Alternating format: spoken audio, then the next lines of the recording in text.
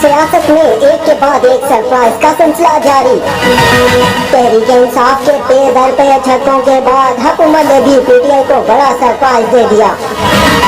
Speaker कौमी assembly ने तहरीक इंसाफ के 35 अरकान के इस्तीफे मंजूर कर लिए।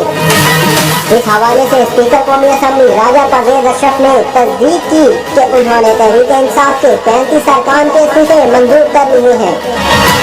जिन अरकान के कौमी असेंबली के इस्तीफे मंजूर किए गए हैं इनमें परवेज खटक, कासिम सूरी, असद कैसर, अली अमीन गंडापुर, नूरुल हक कादरी, अताउल्लाह, राजा खुर्रम नवाज, इमरान खटक, शेख रशीद, मुराद सईद, उमर अयूब खान, शहरियार अफरीदी, सदाकत अली खान, गुलाम सरवर खान, शेख राशिद शफीक और दीगर शामिल हैं।